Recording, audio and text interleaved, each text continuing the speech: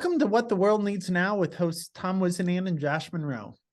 In this episode, we talk with Renee Jones, the 2023 Nebraska State Teacher of the Year, about the power of with and the important role restorative care can play in education for both students and teachers.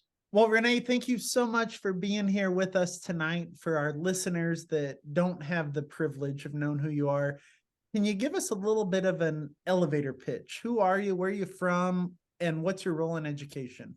Yeah, absolutely. Well, thank you for having me. Renee Jones, and I am a current Lincoln High School English language arts teacher. So right now I teach our public speaking courses to freshmen. And then I also have two sections of elective classes, primarily for seniors. So one literature of the Holocaust and one creative writing class. And of course it mixes up from year to year, which I actually love, keeps me on my toes and gets me engaged with different kids within the high school setting. But before I was at Lincoln High, I was at a smaller school with Lincoln Public Schools. It's one of our focus programs called Bryan Community. And I was there for 6 years and really liked the small environment, really enjoyed that I got to have the kids for several years. But COVID just kind of was like, well, what's life at the big school like? Maybe I should try my hand at that. And so kind of tried something new. But before teaching, I actually have a background in social work. And so I worked in a variety of residential treatment facilities, both here in Lincoln and then actually in San Francisco when I worked there, and got to learn a lot about restorative practices, how to have hard conversations with kids. What does unconditional care and showing up for kids every single day, what does that look like in a variety of settings? So that's been very helpful for me as an educator. So my current role is outside of teaching full-time at Lincoln High. I'm also the 2023 Nebraska State Teacher of the Year, and absolutely loving all of the great work I get to do. I get to talk with pre-service educators all around Nebraska. I get to go visit schools all across Nebraska. And not just in high school. I've got to go to some elementary schools and spend a lot of time in a kindergarten class and have the most respect for those teachers. I don't think they sit down for the entire day. I think they're like the real MVPs here. They're just phenomenal people. And I also get to travel across the country with every other state teacher of the year. And so we recently went to Google in California, and in a couple weeks, I actually get to go to Washington, D.C. and head to the White House. So I'm really excited about that. So very cool opportunity. That's amazing. You've had all these opportunities and you've done an amazing job. You're obviously an inspirational teacher, the best in the state of Nebraska for 2023. And you mentioned like this is a second career in social work before, on the West Coast in San Francisco. What drew your attention to education? What made you want to transition from social work into a classroom? Yeah. I've always been drawn to serving youth. I had really impactful educators. Oddly enough, they were all my English teachers. So going into English just made sense for me. But the social work side of it, my parents went through a divorce, and that was really challenging for both my brother and myself. And so we had some resources, some professionals that really kind of helped kind of keep our family together.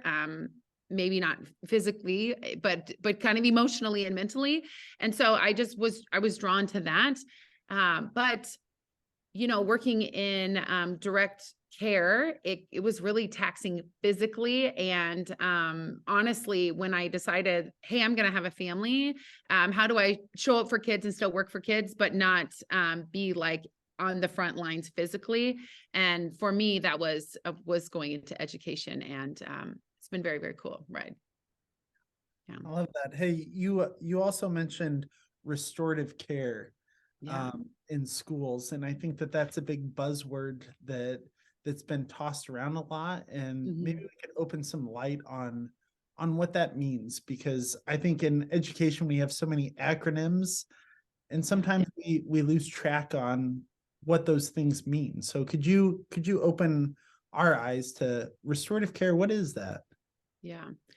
So restorative care to me, and the way that I learned it at this residential treatment facility. And so kids would get sent to our care. It was a 24-hour facility. It was a locked facility, and the kids were there from anywhere from 3 months to 12 months, sometimes a little bit more. And the agency that I worked at in San Francisco, they had this idea that, you know, we're going to have unconditional care, and we're not going to send kids away or not serve them for the very behaviors that got them into our care. We're just going to figure out different ways to kind of work with them and not for them. And that's kind of when I really understood this like with mindset, and that needing to work with a person rather than figuring out like, okay, I just met you and I'm going to figure out what can happen to help you feel better and for you to, you know, kind of, this is what you need to do to get through your trauma or your, whatever it is, your situation. And that was really cool for me, and just showing up. And they did a really good job of also, we're going to show up for the kids, but we're also really going to show up for our staff and know that like, hey, this thing that happened at work yesterday, that probably affects how you feel about showing up for kids today, but let's provide you with counseling, and let's sit down with you and train you on how to have these difficult conversations and why it's so important, or understanding, you know, this is what the trauma cycle looks like, and this is why somebody might be responding this way, and just kind of giving you a larger lens to look through so that you have the capacity to show up the next day as your best self, or understanding your own triggers when you need to be like, okay, hold on, I need to take a minute and I need to like handle myself so that I'm not just like lashing out, for a lack of a better phrase, for those kids. And so, you know, the phrase I commonly go to in my own head in my classroom now is connection before curriculum. And that just like, I say that to myself when I'm like, somebody's walking into my door and they're 27 minutes late again, or they didn't charge their Chromebook again, or whatever, they're on their phone, you know, like they're trying to do all of these things, and it feels really frustrating and it feels personal, but it's usually not. And I make sure that like I check in with them as a person before I treat them like a student, and build that relationship, and not just the relationship of like, hey, we're going to be buddy, and I'm going to know that you're on the football team, or I'm going to know that you had to work late last night. All of that stuff's really important, but having the type of relationship where I'm like, they understand that like, hey, I care so much about you. I'm going to hold you to this bar, and here's why. And I'm going to give you some grace because you have to work and you had to take care of your siblings and you have XYZ, this, that, and the other. And also you still got to write your speech. You still got to show up. You still got to do the things, because really that's what's going to help them be great people when they're done with high school. So Renee, something that I just absolutely connected with is the power of with. That just for some reason just really struck a chord with me. Josh and I both teach in the elementary setting, and how often is a child, a student, told to do something because I'm the educator, and in the elementary settings you'll get a mark, or you know, you'll have to go to the safe seat if you're not following directions, or whatever the punitive punishment is.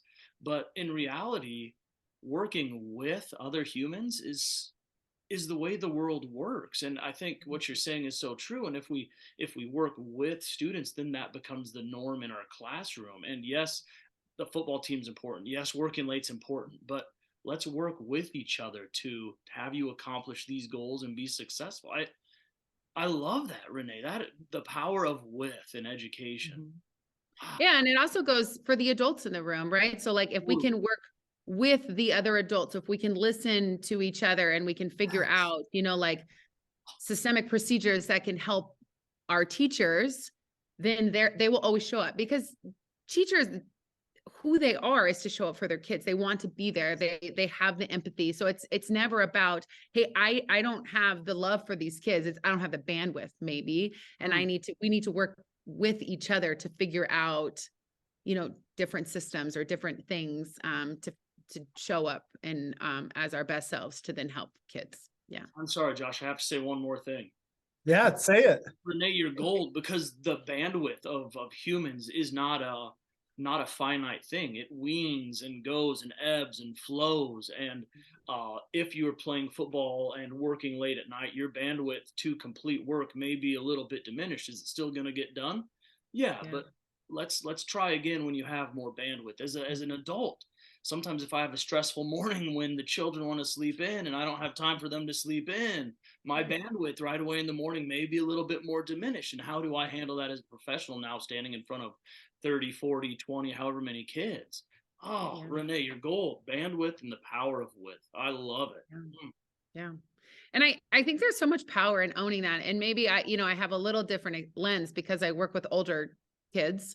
But I just love to I'm not going to tell them all about my morning or how my 3-year-old, we can't find her special blanket and like the world is about to end. I'm not going to go into, all the personal things, but I think it's really important that we show up and we say, I had a hard morning and here's what I need. I need 5 minutes. I think it's really important to model these things for our kids and to have those conversations, and not put the burden on them to figure out how do I, find the Sophie blanket for my 3-year-old, but just like, hey, I had this very human experience, and using, I find that so often in education, we're taught, how to have restorative conversations or like really formal conversations, but we don't know how to use these trauma capable or restorative practices, just like in our normal everyday kind of interactions with kids. And what does that look like? Because a lot of times, we're just trying to move through. We have a schedule to keep. We know the pacing guide. We know all of the things we have to get done. We have this running list in our brains. But it's really important to like pause and think about, wait a minute, what do my kids need right now? And what do I need so that I can move forward through the rest of my day? So yeah, absolutely.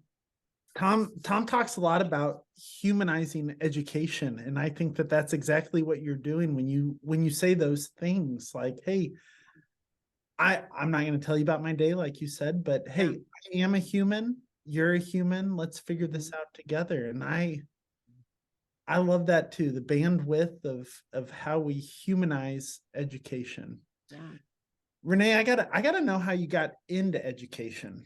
Yeah. So you're in the social work business before, and now you're here changing lives and making the world a better place. So how did you make that change? Because my wife has a best friend that was in social work, and that kind of work changed her, but I don't think it changed her in the same way that it changed you. It made her see humans as the dark side that I'm sure you saw as well. So how did you take that work in social work and figure out how to change the world for a better light? Yeah, I'll be honest. I mean, I was direct residential care. And so, we did restraints, we did seclusions, we saw a lot of things. And I worked for several years in San Francisco. And so the youth that we served, they had some intense trauma, and therefore it was really difficult to work with that. And I think really what saved me was that I had the incredible opportunity to work for an organization that took care of its employees just as much as it took care of its clients. And we didn't become a back burner. We had, it seems like a lot now when I say it, but we had 6 hours of meetings every Wednesday, but that included, like, for a lack of a better phrase, a group therapy. We went together, we learned how to talk to each other. So it's like, hey, you didn't show up in this capacity XYZ. And it wasn't like the blame game. It was like problem solving of, well, how do we figure out how to show up better next time so that I'm not holding resentment, because it's going to come out on kids, right? And just, they really, really did an amazing job of taking care of us so that we could show up for the kids. And it wasn't a perfect system by any means, but unfortunately, they closed their doors. They lost funding in the facility that I was working in. And so I kind of was like at this choice, what do I do now? And I chose to go into schools because I knew I still wanted to work with kids. And after the third time of a facility closing because it lost funding, I was like, I joked with my husband. I was like, well, they're not going to shut down schools, so I'll just go into schools and I'll work with kids there. And so that's really, it became a fundamental need of just needing to feed my family, really. But knowing that, like, the youth I serve. And so I think this shows up into kind of we're like in this pivotal moment now, right? Of like following COVID, we know that every single kid, but also we need to remember that every single teacher has secondary trauma because of COVID. It's like the way that they showed up in their classrooms has looked different. And I think, just my personal opinion, is that like for the last 2 years, like we were holding it together, right? We were adapting, we were teaching online, we were facing in rows, we weren't doing collaborative, like we were doing all of the things. And now we need to like hold back, and things are starting to quote unquote look normal or feel normal again, but we're back in the systems that we were before. But yet our kids are not the same. As teachers, we are not the same. And everybody's finally starting to like release and just realize like, holy buckets, what did we just go through? And what does that mean for our kids and for our staff? And I think it's this real pivotal moment of learning to show up. And I actually got to go to a training in Omaha a couple weeks ago, and ESU1 presented on, they've got a 5-year plan to have a tiered system, kind of like we would have with our tier 1 kids, or tier, that kind of thing, but for their staff and just for their mental health. And what's the 5-year plan of how we're going to show up? Not like, hey, we're going to Band-Aid this and we're going to just get you through the year so that, we joke that like October's hard and February is even harder, but we just get through it because we know May's coming. And all of that's probably going to be true to the end of time. And also like, systemically, what are we doing to try to change this so we can better show up for the staff, so then therefore they can show up for kids, because really they work so closely together. And I think sometimes we forget about the adults unintentionally. And I don't think it's that admin just forget about adults. I think systemically it's just not set up for the current world that we live in. And it's going to be years of change, but I think it's finally, people are kind of waving the flags enough and putting attention on it that I think things will look pretty different in 5 years. I don't know what that means. I don't have the magic wand, but I'm excited that those conversations are happening a lot more often now. I back up a little bit. Something else you said, you would go like have therapy, for lack of a better term, with other adults that you were working with, and they would train you how to have like deep, tough conversations. And they would give you training in that as an adult so that you could better interact with not just your clients at the time, but like other adults in your sphere. What a game changer. I'm thinking if education were to do that in schools or across systems, how would that influence the way adults interact in buildings, the interactions that our students then see as a result of? Yeah. How powerful would that be? Yeah, it was really cool. We used restorative circles. So I call them connection circles. We do them at least once a week in my class. But essentially, everybody, the therapists, the administrators, the bosses, the direct care staff workers, we're all hung out in this circle. And essentially you'd have the capacity to like bring someone into the circle, and just share with them, with the help of a therapist, with the help of your counselor, your boss, to talk through, a difficult moment. So like I said earlier, we did restraints and seclusions. Restraints and seclusions are traumatic for both at times for the client and the adult. And it was really important that we talked through that, and we went through what went well, what didn't go so well, what did we learn, what's a trigger for this staff, what's a trigger for the kid, all of these kinds of different scenarios. And then, just like having that open conversation, it really did. It helped us like know how to show up and give us the confidence. We're like, I know coworker Z so well that when I feel them kind of like looking, they're not on baseline anymore, I can just kind of tap them out and then they can go in. And then I have to know, okay, I trust them that they wouldn't tap me out unless like I really needed to be tapped out. Right. Like they're not just saying like, oh, Renee just can't handle this today. It was really a trust. You build a lot of trust and you get to know people. And I think that would be really powerful, even in like our professional developments. If like something as simple as sitting in a circle and having everybody be at the same level. And, I think it would, again, really bring in that with mindset that like, hey, we are working with each other. We're not just like going to get through this to get through this. We're going to like, go at this a little bit more on earth time and really get through this before we like introduce the next 47 things that we, that are on the table. So all the other acronyms you have to learn. yeah, right. Well, Renee, then I got to know from your standpoint, like, when do we do this? Yeah. Because I'm sitting here then thinking about, well, I also have to do lesson plans, and Yeah. I have to go to the IEP meetings, and I have to go sit in my PLC meetings. And when does therapy get put on the forefront? Like, when do we realize that you, Renee, are a professional? You're really damn good at what you do. So let's make sure that we take care of you for the person that you are, so that you stay in education, and not put you through meetings that, meetings that what's going on, that an email can take care of. Yeah.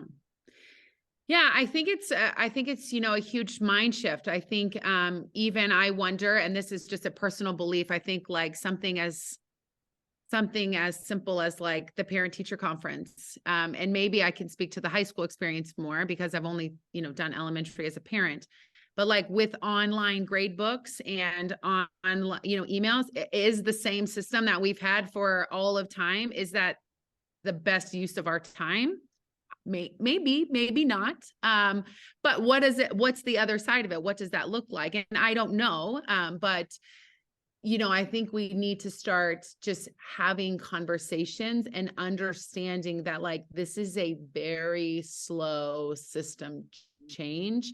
And, who can be the brave person that pilots some meeting that looks different, right? So like, maybe instead of like the monthly staff meeting where we, go through the email, what could be an email, instead we like get together and we talk about the feelings of like, here are the things that, we experienced. And maybe we're just bringing in different groups of teachers that have experienced similar things, or giving them choice, right? So like this circle is going to talk about, classroom behaviors and what's going well and how were you feeling? What did other people do? Those kinds of things. Because I think also teachers being just heard would go a long way. If they just feel like, hey, somebody's listening to me, and to hear what like another person is doing. Because honestly, probably the best answers you're going to have are just down the hall, but we just don't have a lot of time to talk to each other down the hall, at least in my experience, because we're busy and I've got 47 papers to grade every single, at every moment of every day. And I've got an IEP meeting, and I've got my own kids that I have to feed every day, and like all of those other things. And so just inviting people to have conversations, because I think all the answers we need are in the buildings already.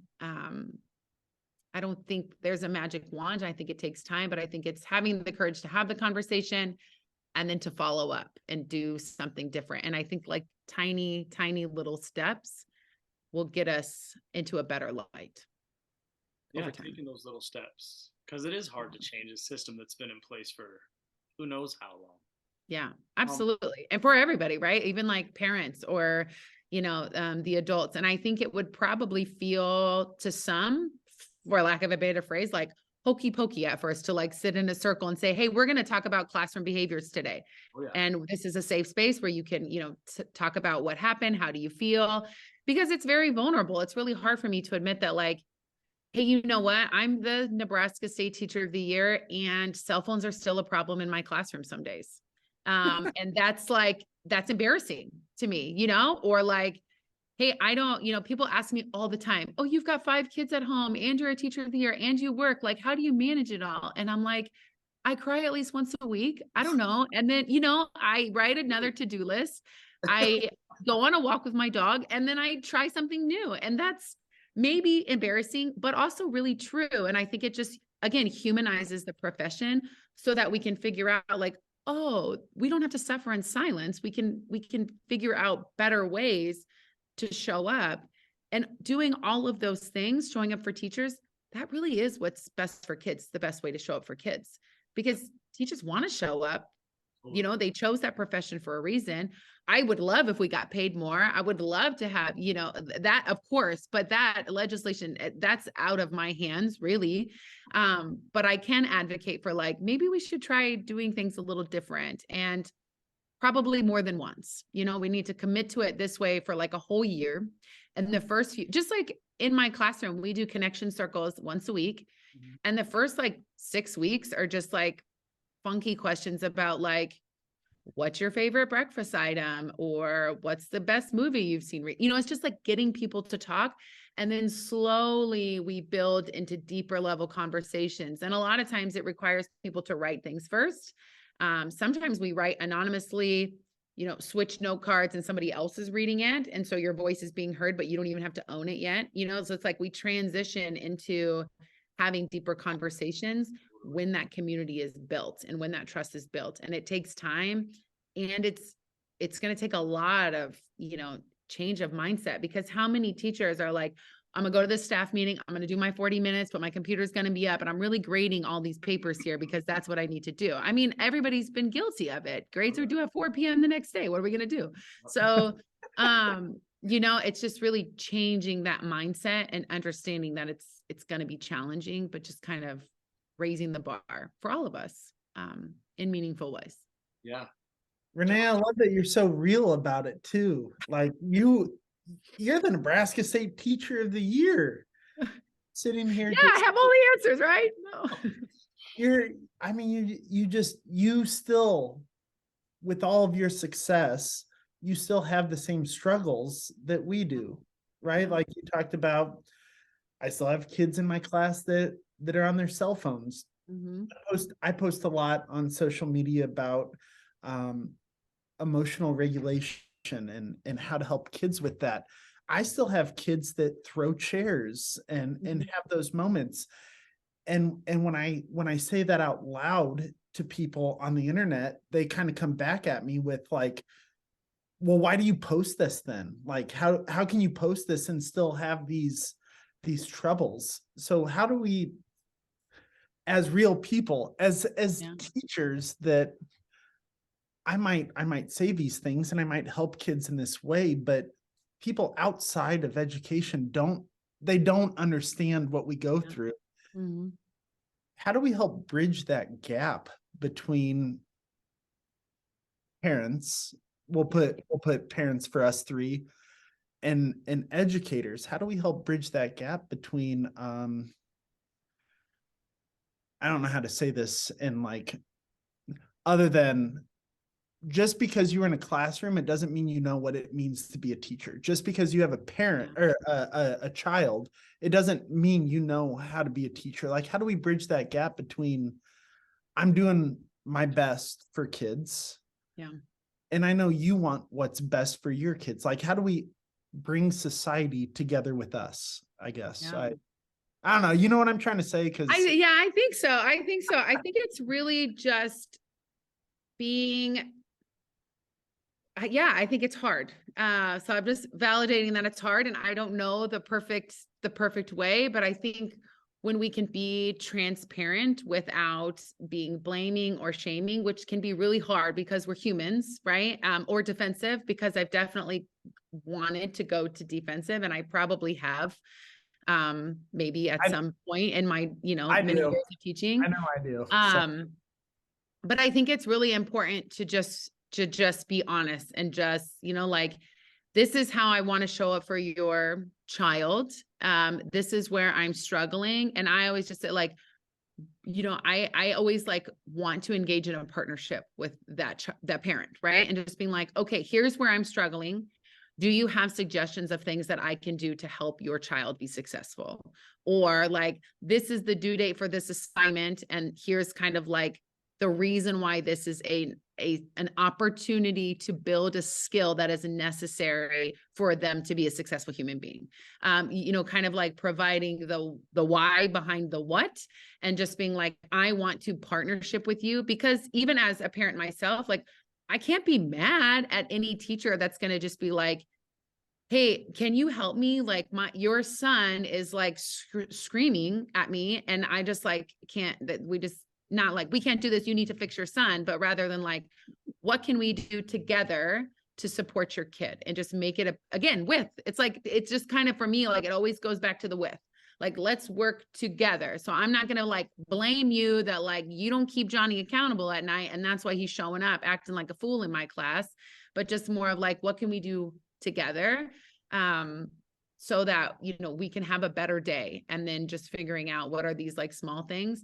And then I really like to, and I talk about this a lot on social media, but like, I really like to make positive calls home. And I'm not great at this, but like every single Friday, the very last thing I do at about 3:10, I make a positive phone call home, and then I get out of there. Right. And that's like the one day where I'm like, I'm out, I do a Target run all by myself without my kids, and I like treat myself. That's like my thing.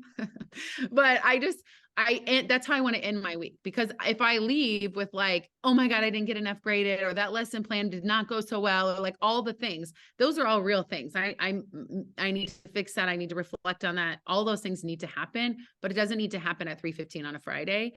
But I want to live in a positive light. And if I can, have a kid that like is really struggling, or I think that parent maybe gets a bunch of emails home about how they won't get off their phone, or they didn't turn it in again. Like, if they sat with me one-on-one and had a great conversation about a thesis statement, I'm going to let that parent know.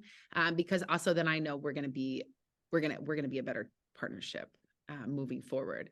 Does that add one more thing? Yeah, it does. But sometimes I think that like 2-minute conversation is really helpful.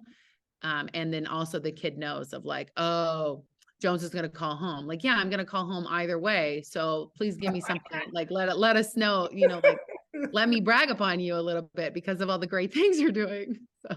Yeah, there's one of our Canadian friends, Brian Aspinall. He said the transformation in his classroom was incredible once he started making positive phone calls home and looking for partnerships and saying, your student did amazing things and let me tell you about it. Totally changed his outlook in his classroom.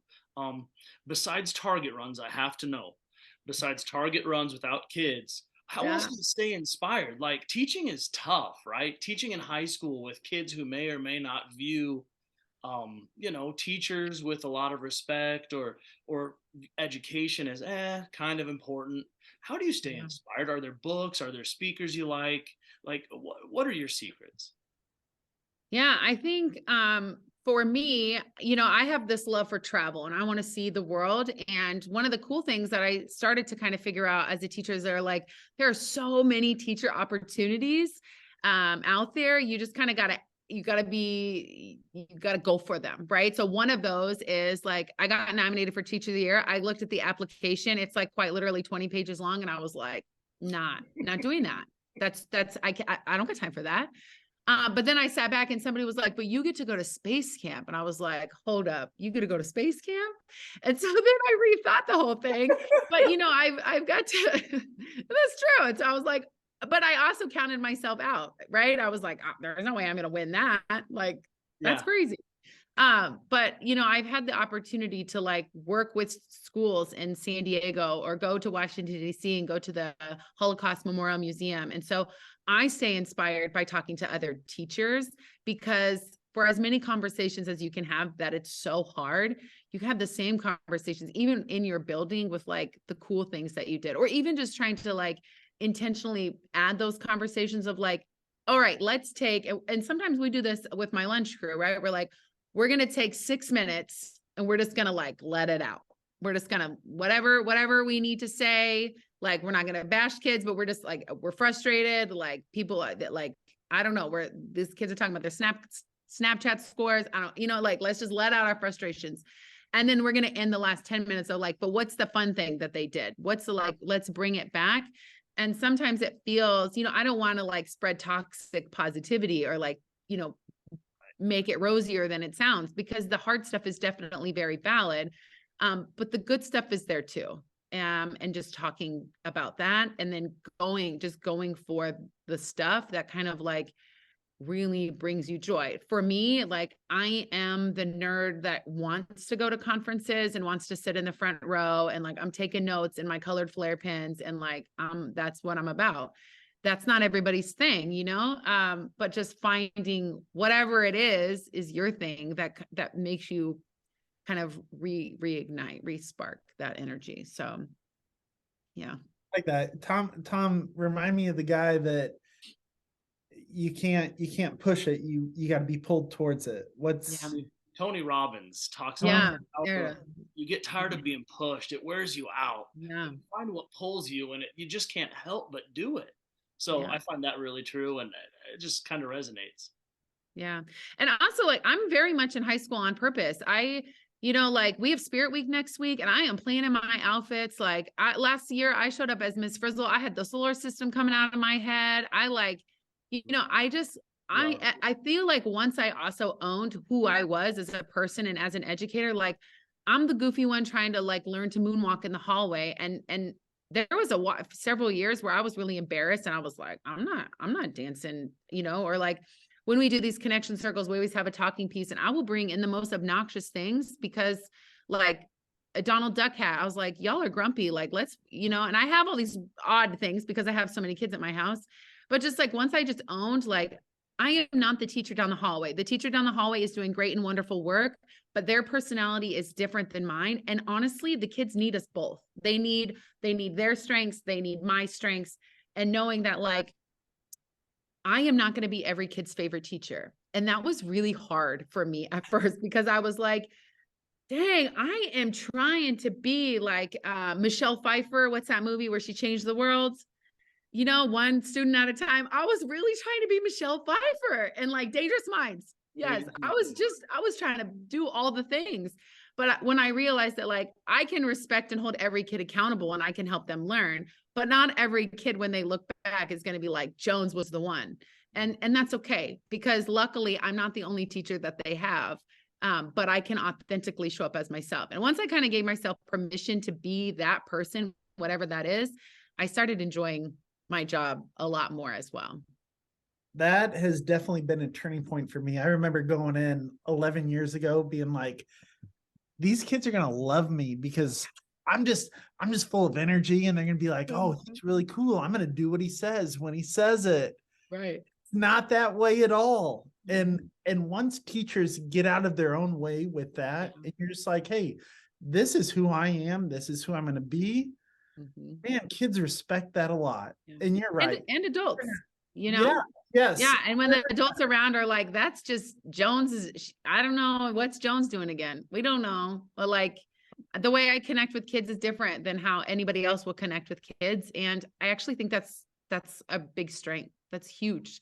The kids need that, they need like the loud, obnoxious one. And there's a lot of kids that need like the quiet, introverted teacher as well.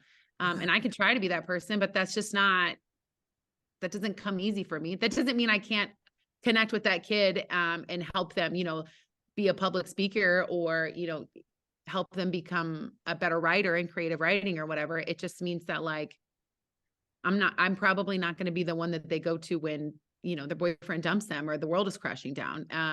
But I also can know enough about that kid to figure out, well, who's the teacher that can do that for them, so that I can humble myself enough to say, hey, I see that you're struggling. I care about you. How about we connect you with this teacher down the road that can be that person for you? Those kinds of questions have changed the way that I teach. Like, hey, who is a trusted adult that you could talk to about this? Like, I see that you're struggling. Who can you talk to? Yeah. Man, I love that. Yeah. I hope that you can send us a picture of the solar system coming out of your head. Oh, I do. I definitely have one. My son had like the solar system up in his room. And so one morning I was just like up there taking it down. And he's like, Mom, what are you doing? And I go, oh, it's just for school. Don't worry about it. Just go back to sleep. And then it was like months I forgot to return the solar system. And my son's like, but are you ever going to put it back? And I was like, oh, yes, I will. Saturn will be back soon. So it probably won't be, though. It won't be. It won't be in the same way. It's all goofed up. Science is not my strength, but they'll figure it out. Well, Renee, as we wrap this up, we always ask what the world needs now. There are a lot of things in education, outside of education, that I wish we had a magic ball for. Yeah. In your eyes, what do we need right now in this world to make it a beautiful place? And I know that's a loaded question, so. Right. I think what we need now is really to listen to each other and figure out how we let all those voices live cohesively together, and figure out how do we, instead of like winning the argument or winning the system, how do we give our piece, and also take their piece, and then collectively do what's best for kids, do what's best for adults. Because like I said, I think the answers are in us. I think we know. I think we just have to have the courage to say something and then to do something different. And it's a different kind of hard work, because what we're doing now is hard, and that would be hard. But maybe we need to pick our heart a little. I don't know, a little better is probably not the best way to put that. But maybe a little more intentionally. So yeah, just to listen to each other and to be there for each other. Seemingly so simple, but more difficult in practice. Renee, you're so good. Thank you so much for taking your time. No, 2020 I appreciate it. Nebraska Teacher of the Year, just Yeah. absolutely full of gold nuggets tonight. Thank you Yeah. so much. No, thank you. And if you know any great educators, here's my plug.